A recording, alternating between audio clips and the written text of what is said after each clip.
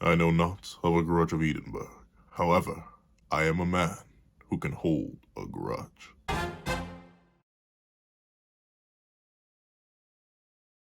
Thank you to our fellow patrons, Strawbones, Aaron, and Black Wolf. Now, before we come to this breakdown / review of the new, amazing, and wonderful Grudge of Edinburgh trailer, please leave your on the trailer in the comment section down below. Leave a like and subscribe if you haven't already. Also, make sure you hit that little notification bell so you miss out on any videos that come to the channel. Also, I do have a Patreon down below. You can support for as low as $1 a month. You get exclusive videos, early content, and more. Now, let's hop into the live reaction.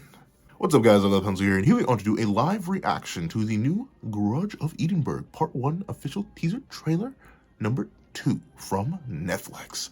And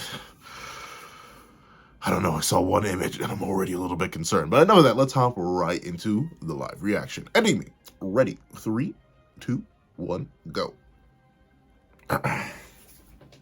Just in case, if that one image just happened to be wrong, as always, with these live reactions, I do in fact have it on me. But in that same vein, I always got them on me too. So don't be shocked, don't be surprised, don't be appalled. If these things happen, these things happen. But enough of that, let's hop right into the trailer itself.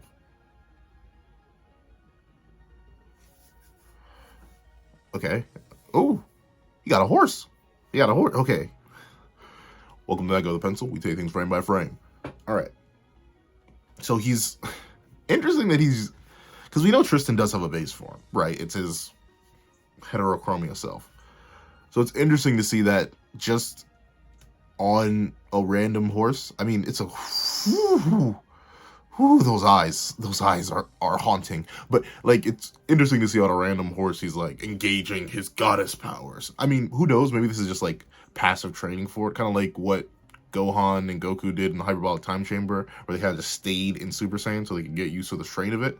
Oh, that could make sense. That could make sense. And I'll admit, let me not be too harsh.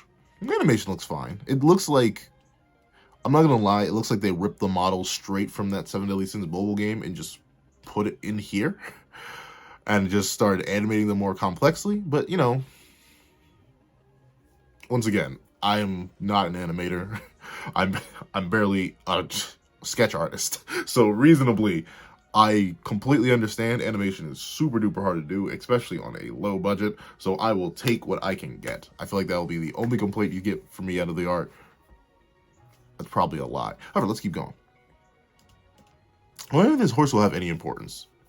They look like a horse that could come back, but then again, Tristan can fly. We haven't seen any of him in the new chapters of Fortnite, so I don't know. Interesting though. It's interesting that he's riding a horse and not taking one of those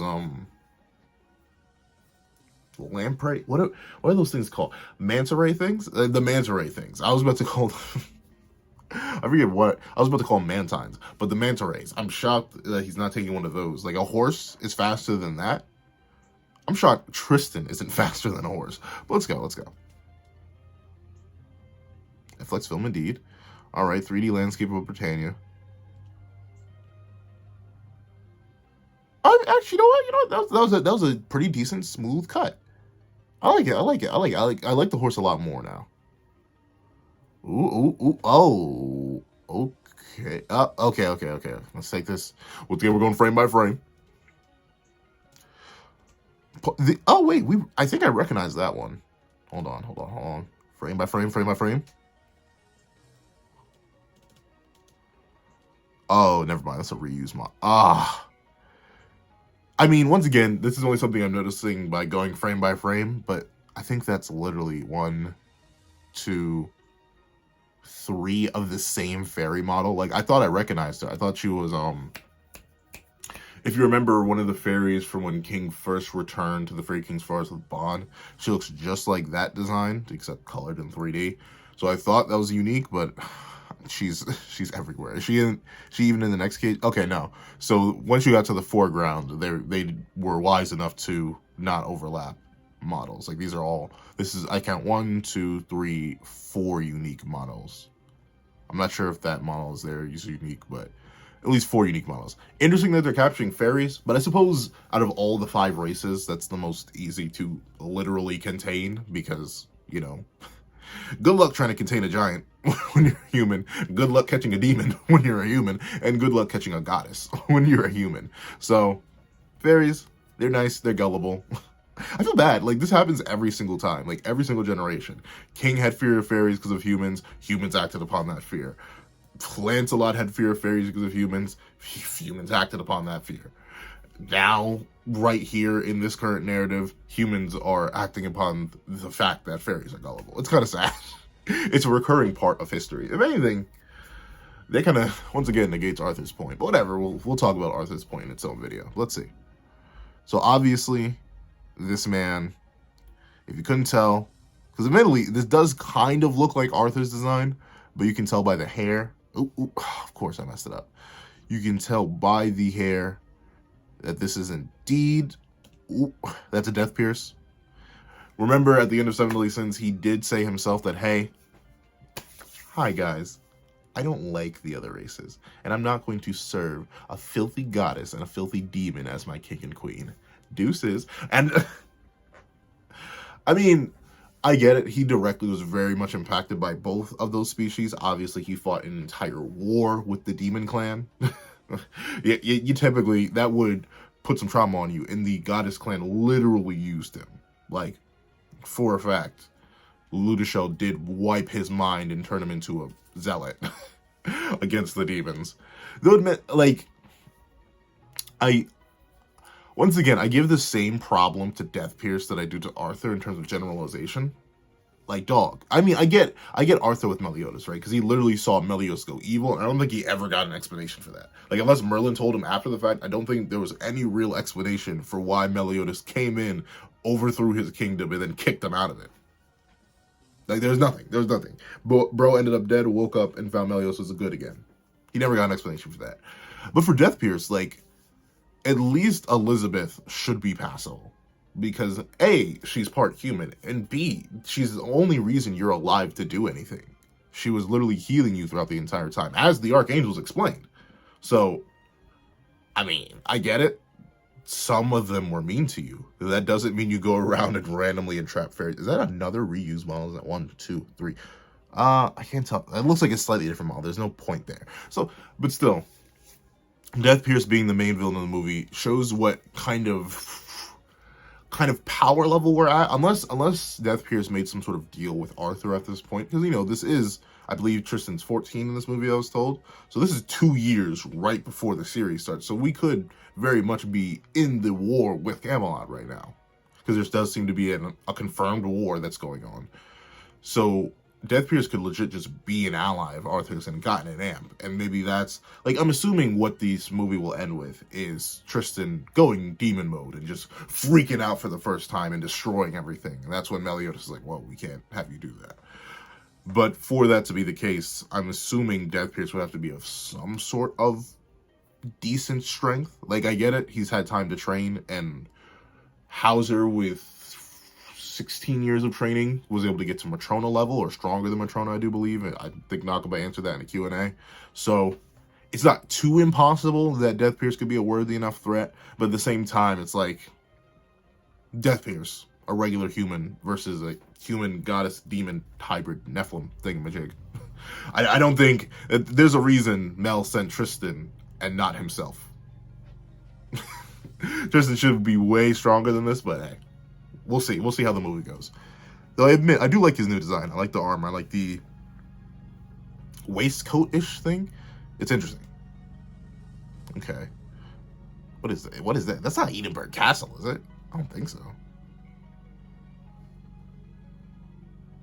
Whoa, whoa, whoa, whoa, whoa. So much happened there. Who is that? Purple eyes. The only person I can think of with purple eyes is Diane. But then again, I haven't watched the anime of her. Maybe someone else has purple eyes? Hold on. One, I don't know what that is. Is that...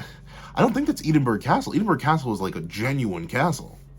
Unless maybe this is how Death Pierce rebuilt it. Like, I don't recognize it. This kind of looks like a jail or a school. Crazy. Crazy how those are the two options that popped in my head. Jail or school. But that just goes to show school is a prison to entrap the youth. I'm sorry.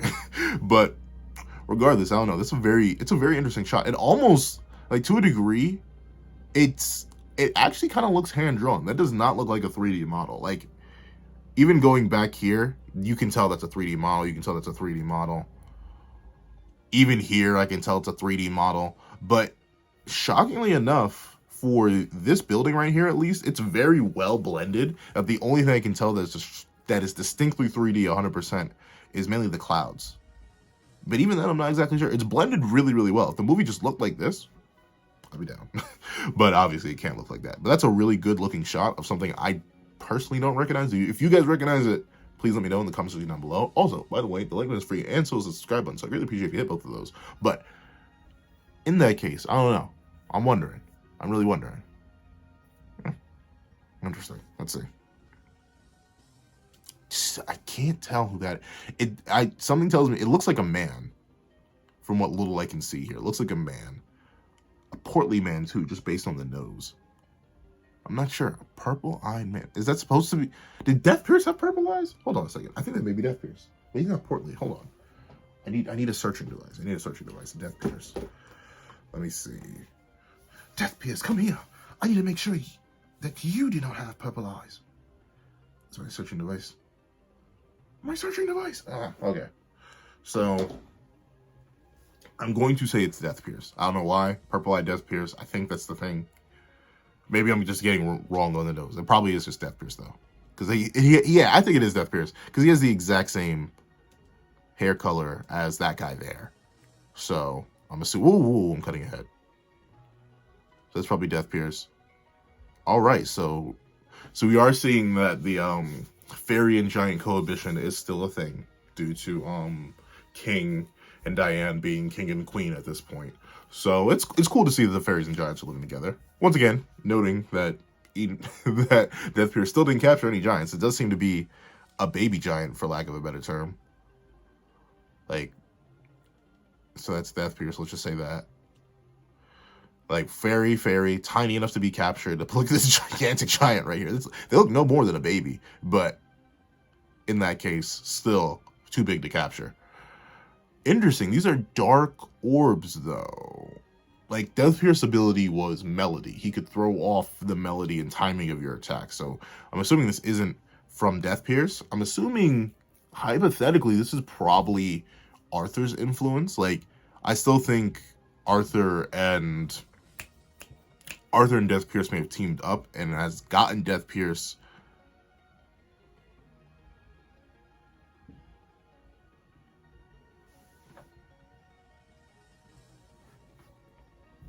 it's taking all my willpower not to light up that gosh darn lightsaber. I'm telling you, I am telling you. But I don't know. I think this guy was on the poster. I saw the poster. Interesting. Have we ever seen? Yeah, I mean, no. Have you ever seen a chunky fairy? A chunky fairy. I mean, I guess that guy that was always with Jericho was chunky, but not like this guy. This guy just eats well. But do fairies even eat? I'm not sure. I'm not sure. I mean, I can't knock. I eat well. Like, I'm a big dude myself, so I can't knock his hustle. I really can't knock his hustle. But can he really hustle? Like, those wings look too small to carry him. I hate to say it. Those wings look way too small to carry him. But I can't take him seriously. But the thing to note here, he is fighting with a bow and arrow. Interesting. I guess that does just seem to be well, not necessarily a common weapon, but this guy wields a bow and arrow. You know who else wields a bow and arrow? Lance. It doesn't seem to be the exact same bow that Lance has, though. So maybe this is just a different fairy, but I wouldn't be shocked if Lance snuck along. Actually, no. Would Lance be back by this? Yeah, he'd be back by this point. Because if Tristan's 14, then Lance should be 14.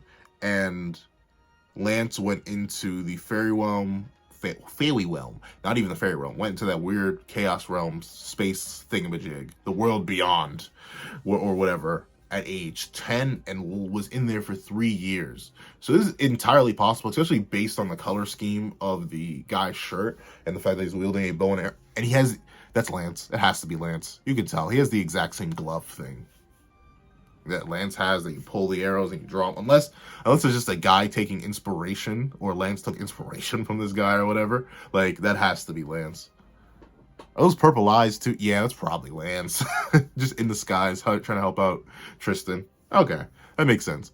We know Lance has full capability and ability to transform into a fairy and any real form he probably desires. So it wouldn't be shocking to me if he just tagged along in this movie as this. That may be like an end credit scene plot reveal. Like, it was Lance all along. You can I mean, you can just tell the color scheme, the hoodie, the glove, the arm glove, the bow and arrow. It makes sense. However, I could just be 100% wrong. Who knows? We'll see.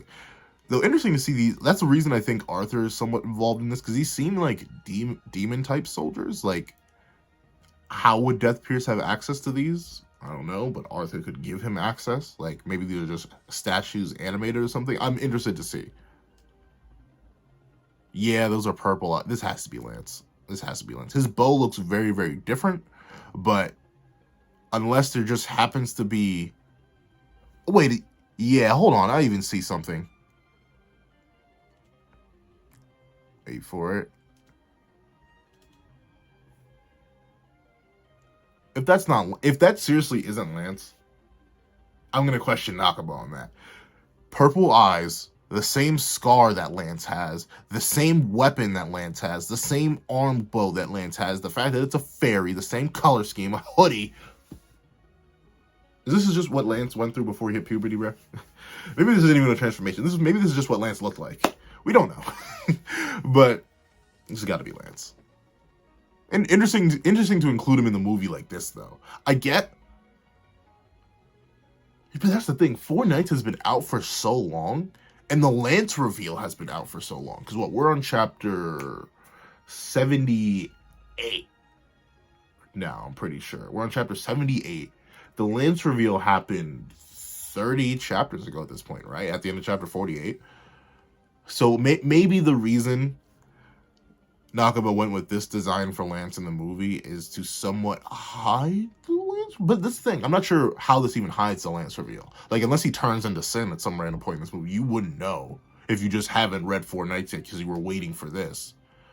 But I don't know. It's interesting. It's interesting. Because I'm pretty sure everyone and their mom knows. Like, that was an experience I'm afraid you kind of need to have week by week. Like, I'm happy I started reviewing Four Knights when I did, because I got to have that week by week experience. And it's kind of like the whole Mael being Esterosa thing. You can't... You only get that if you were there. Like, it still hits good. It's still a well planned out narrative beat, but the week by week dropping of that hits different. Just like the week by week dropping of Four Knights made the Lance reveal hit different. So unfortunately, that effect is kind of lost for time. But I guess Nakaba's still trying to somewhat conceal it with this new Lance design. Let's see. All right, so Tristan's in base. What color were his eyes there? Death Pierce, Fairies and Giants, Lance. So he's in base fighting these things. So it was more important. It was more important to have your goddess eyes activated. Hold on. It was more important to have your goddess eyes activated here. Wait. Were they activated? Maybe not. Maybe that actually may be a completely different shot. I think it is. It's a completely different shot. Never mind. This is a shot from, let me see.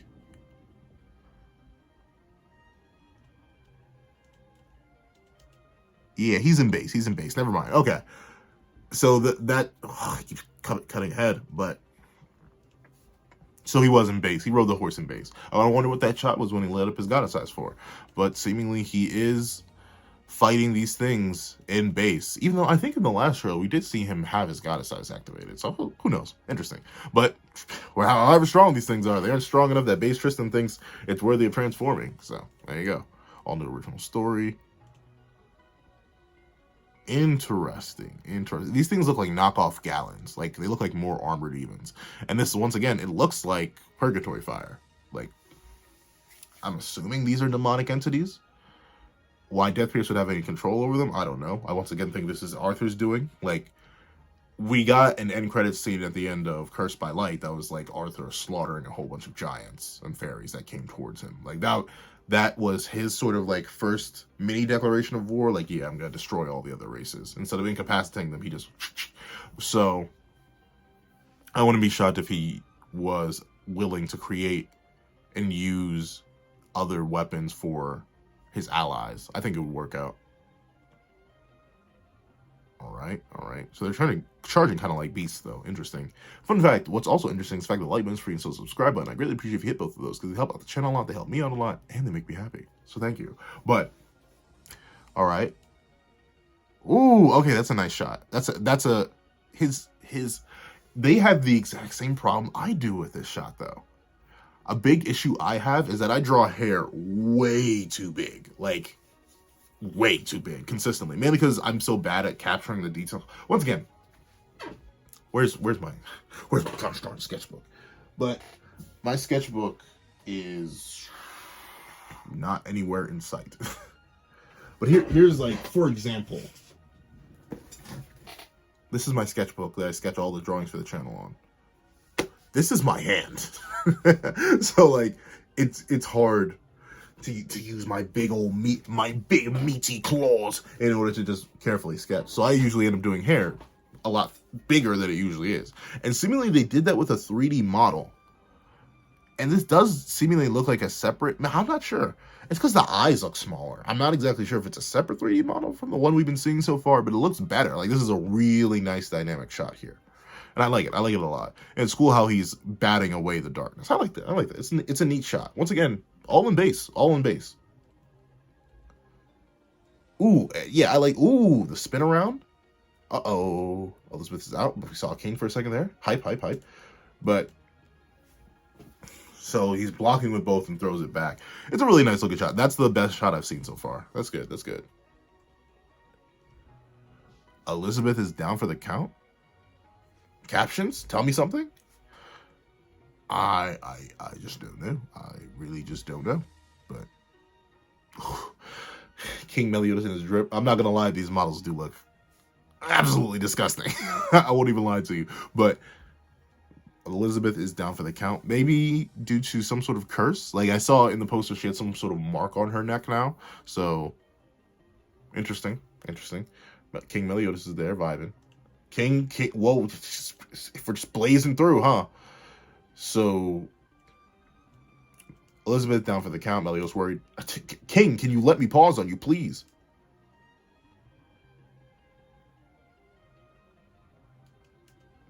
Oh, King. Come on, this is why Eskimo's better than you. All right, finally.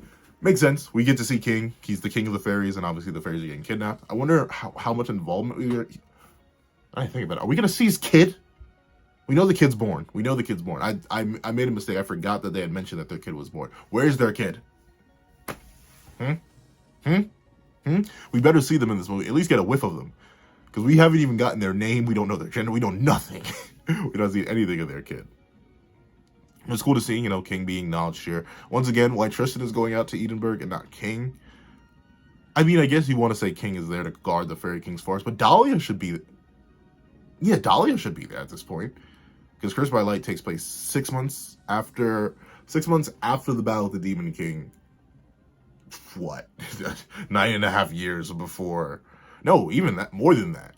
Like, over 10 years before the end of the series.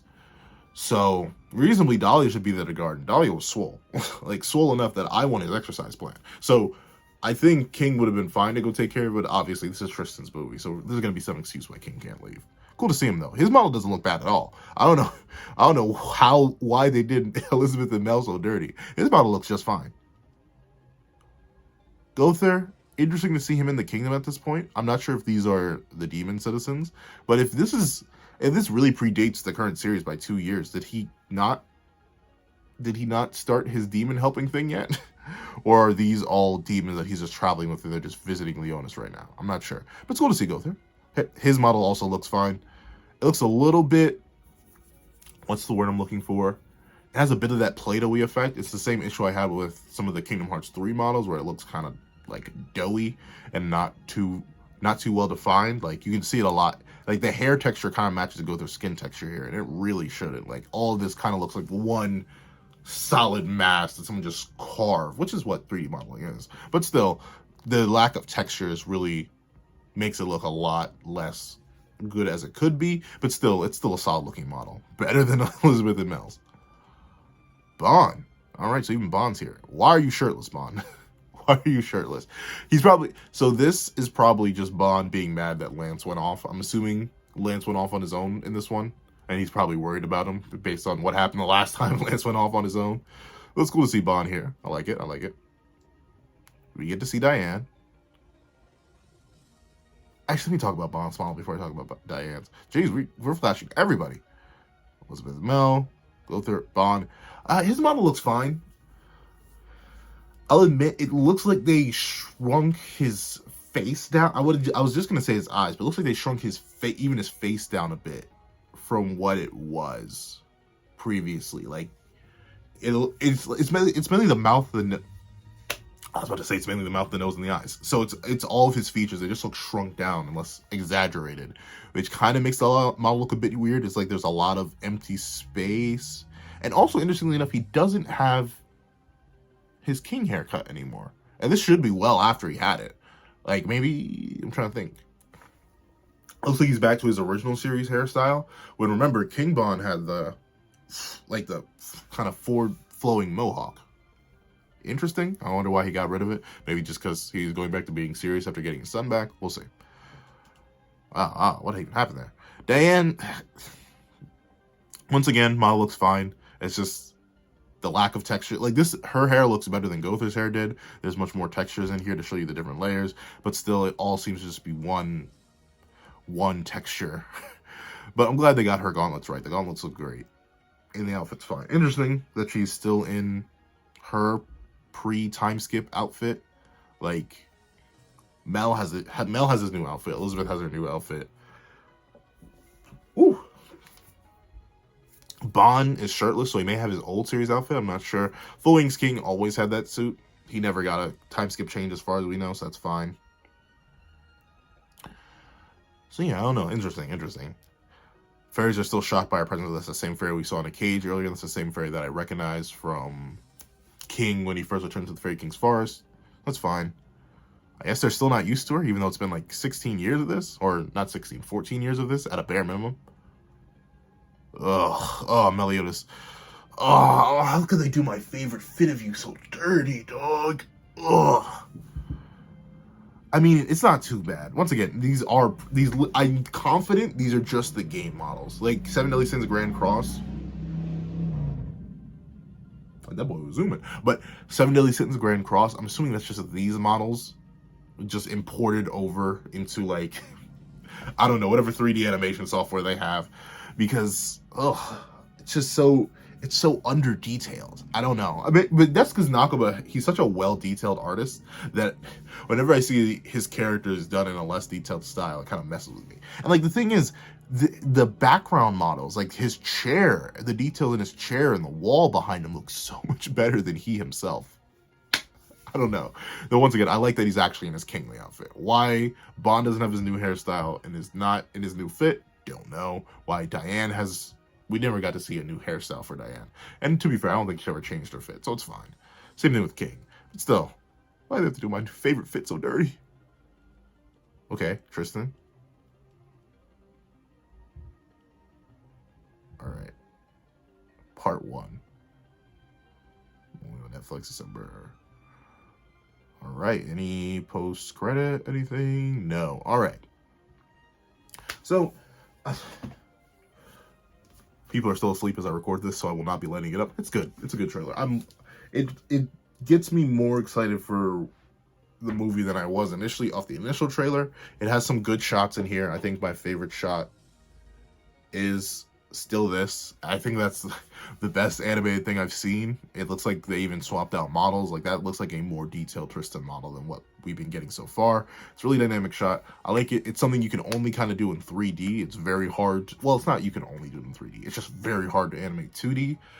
Overall, the fact that this is only a part 1 and we're still, like, there's so much that we're probably not going to get here that we're going to need to wait for later. Still a bit iffy about that, but hey, it'd be like that when it'd be like that sometimes. What date did they say this was coming out? Grudge Edinburgh Part 1 only on Netflix when? December 2022. All right. So overall, I say the trailer's solid. I like it. It doesn't necessarily tell us more. I mean, it gives us hints of, it shows us more models of characters, and it just straight up dropped Lance. Once again, if this portly looking fellow right here with a scar, a bow, purple eyes, and everything isn't Lance, wow.